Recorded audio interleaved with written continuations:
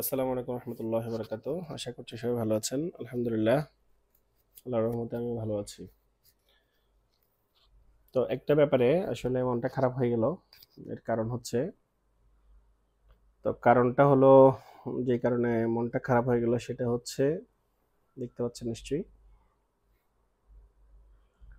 এটা হচ্ছে আমার একটা ফোন। আমি ফোনটা 2021-এ কিনেছি। এটার মডেল হচ্ছে Samsung Galaxy S21 FE, S21 fan addition. তো এই ফোনটা আমি যখন কিনেছিলাম, এটা যমুনা ফিউচার প্যাক থেকে কিনেছিলাম, সোমাসটেক থেকে, আনঅফিসিয়াল,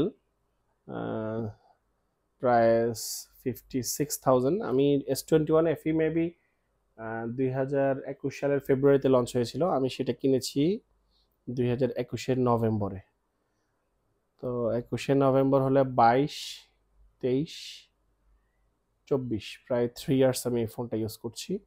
তো আজকে হুট করে দেখলাম এটা এই গ্রিন লাইন সমস্যা।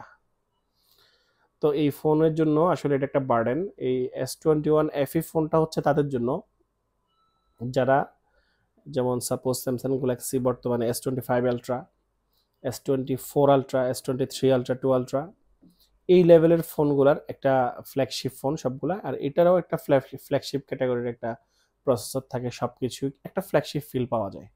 আলটিমেটলি ফোনটাকে ফ্ল্যাগশিপ বলা চলে, কারণ এটার প্রসেসর ফ্ল্যাগশিপ, এটা সুপার ডুপার পাওয়ারি একটা ফোন ছিল। তো আমার দুর্ভাগ্য যে আমি এই ফোনকে প্রায় 3 বছরের মতো ব্যবহার করেও এখন এটার প্রতি মায়া রয়ে গিয়েছে, এবং দুর্ভাগ্য হচ্ছে এটাই যে এটা গ্রিন লাইনটা পড়ে গেল। দেখুন,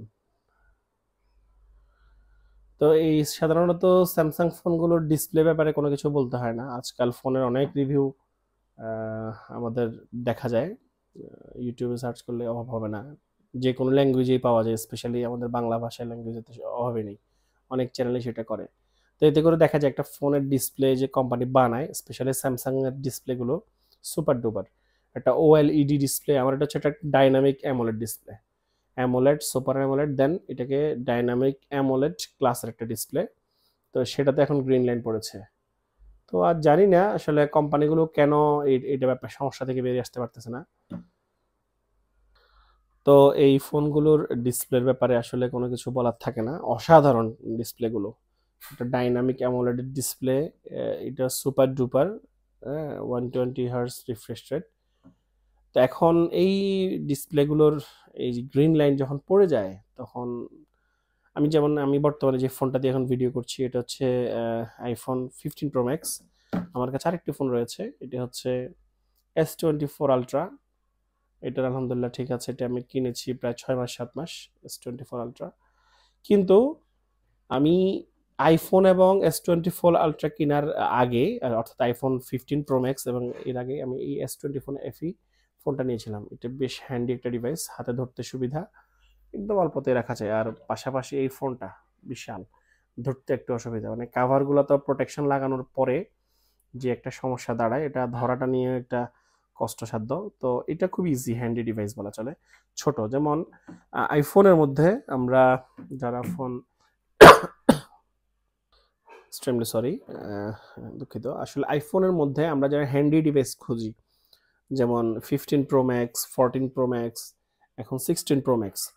তো প্রো এবং প্রো ম্যাক্স এই দুটি ফোনের মধ্যে যে কোনো সিরিজের, সাপোজ আইফোন 14 সিরিজের 14 Pro Max, 15 সিরিজের 15 Pro Max, 16 সিরিজের 16 Pro এবং 16 Pro Max, এই ফোনগুলোর মধ্যে তফাৎ হচ্ছে ফোনটার সাইজে একটু বড় এবং ছোট।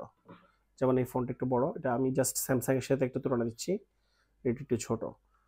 যেমন স্যামসাং এর এটার S24 ultra, S24 S24 plus, S24 ultra, তিনটা ফোনই একটু সাইজে পার্থক্য এবং কনফিগারেশনে অনেক ধরনের পার্থক্য রয়েছে।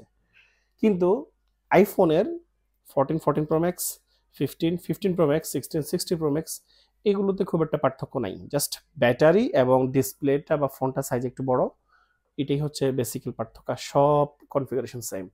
এখন আমার এই ফোনটা ছিল সেদিক জেনে অনেকটা আইফোন আইফোন ফিল আমি পেতাম, যেহেতু হ্যান্ডি ডিভাইস। আর অসাধারণ এগুলো, এই ফোনগুলো যারা ইউজ করেছেন তারা জানেন কেমন এটার মজা, কেমন এটা সেটা ইউজার ফ্রেন্ডলি।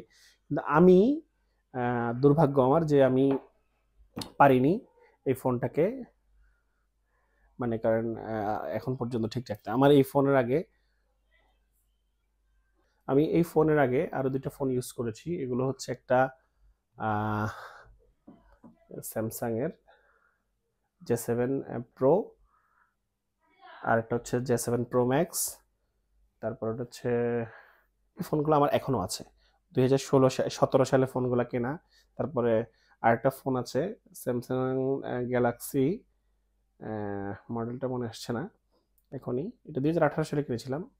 স্ন্যাপড্রাগন 450 মিড রেঞ্জের একটা প্রসেসর ছিল স্ন্যাপড্রাগনের, এখনো আছে, এখনো কোনো সমস্যা হয়নি। আর অন্যগুলোতে ডিসপ্লে প্রবলেম হচ্ছে, কিন্তু সেগুলো এখনো চলে। এখন আমি ফোন খুব একটা রিপ্লেস চেঞ্জ বা বিক্রি করি না, তো সবকিছুই আমার স্বাভাবিক থাকে। এখন এই ফোনটা আমি এতই বেশি ভালোবাসায় পড়েছিলাম যে সেটা এখন আমি আজকে এই ডিসপ্লেটা যখন গ্রিন লাইন ডিসপ্লেটা পড়লো, আমার মনটা খুবই খারাপ হয়ে গেল। কারণ আমি চাইনি কখনো এমন একটা সমস্যাটা হোক।